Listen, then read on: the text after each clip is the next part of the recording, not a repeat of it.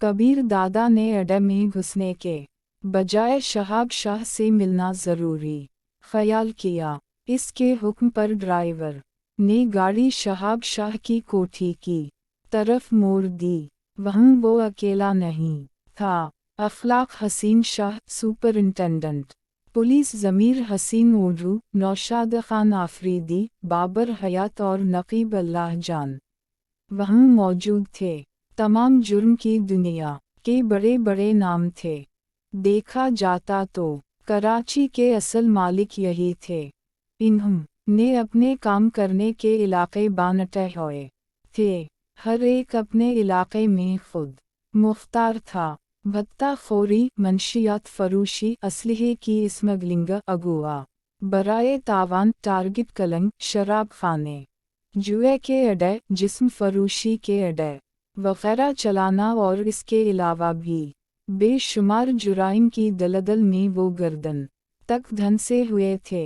सवाब व गुनाह इनकी नज़र में फ़र्ज़ी और ख़याली बातें थीं।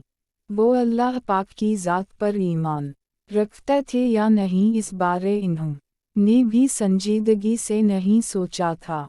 वो तमाम डराइनग रूम के बजाय मुलाकात के कमरे में एक लंबी मेज़ के गिर्द बैठे थे। सदारत की कुर्सी पर शहाब शाह कसूरी बैठा था। इसके दाएं जानिब पहली कुर्सी कबीर दादा के लिए खाली पड़ी थी। कबीर दादा की बगल में सुपरिंटेंडेंट ऑफ पुलिस बैठा था, जबकि इसके सामने नौशाद खान आफरीदी और इसकी बगल में अखलाक हसीन शाह बरजमान था। कुछ कुर्सियां खाली पड़ी थीं।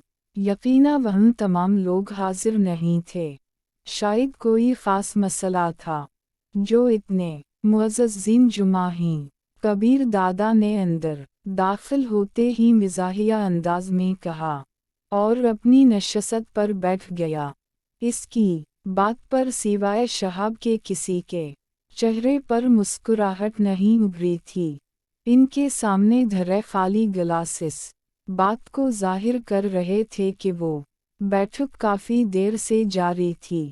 एक कोने में लगी मेज़ पर मुख्तलिफ रंगों की बोतलें मौजूद थीं, जिनमें सुनहरी, काले, अर्गवानी और सुर्ख रंग की बोतलें धरी थीं। जिस किसी को हाजत होती वो खुद ही आठकर अपना गिलास भर लेता। तमाम को खामोशी पर रज़ामंद पाकर वो शहाब की तरफ मुतवज्जे हुआ। शहाब ने पूछा, आप नहीं जानते? कबीर दादा बेजारी से बोला, बुलाया है तो बात करना आपका बनता है। 2 टिके की छोकरी के लिए एक मज़ा शख्स की तौहीन की गई है।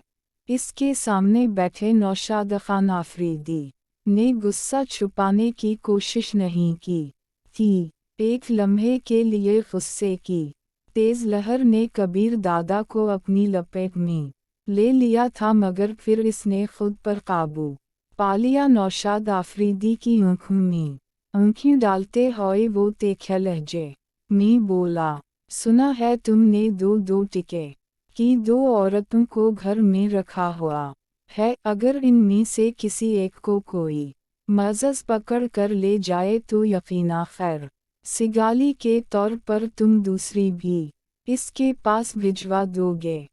कबीर दादा, मुँह संभाल कर बात करो। नौशाद आफरीदी गुस्सा कंट्रोल नहीं कर सका था। वो मेरी बीवियाँ हैं। कबीर दादा ने तंजिया लहजे में पूछा, तो ने खोती पाल रखी है? वो एक रखील है, बाजारी औरत।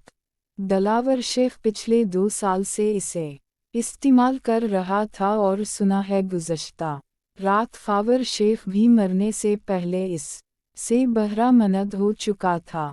नौशाद का लहजा खासा इस्तेहज़ाइया था। नग़मा बेगम 3 साल तक मॉडल रही। इस दौरान दर्जनों बाहर से आने वाले सरकारी मेहमानों को पेश होती रही और अब वो तमधारी नेक परवीन बीवी बन गई।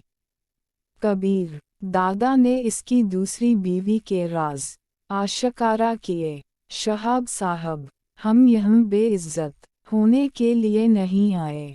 नौशाद आफरीदी शहाब खान की तरफ मुतवज्जे हुआ। कबीर दादा, प्लीज। शहाब खान का लहजा मुफाहमत से पर था।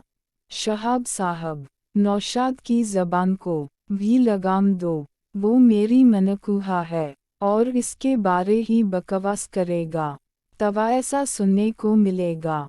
कबीर दादा, आप खुद शहाब शाह साहब के सामने इतराफ़ कर चुके हैं कि इस लड़की को आप चंद दिन के लिए ही घर लेकर आए हैं, जबकि किसी दूसरे की बीवी के मुतालिक बात करते वक्त ये सोच लें कि तमाम ने मुस्तकिल बुनियाद पर शादी की हुई है।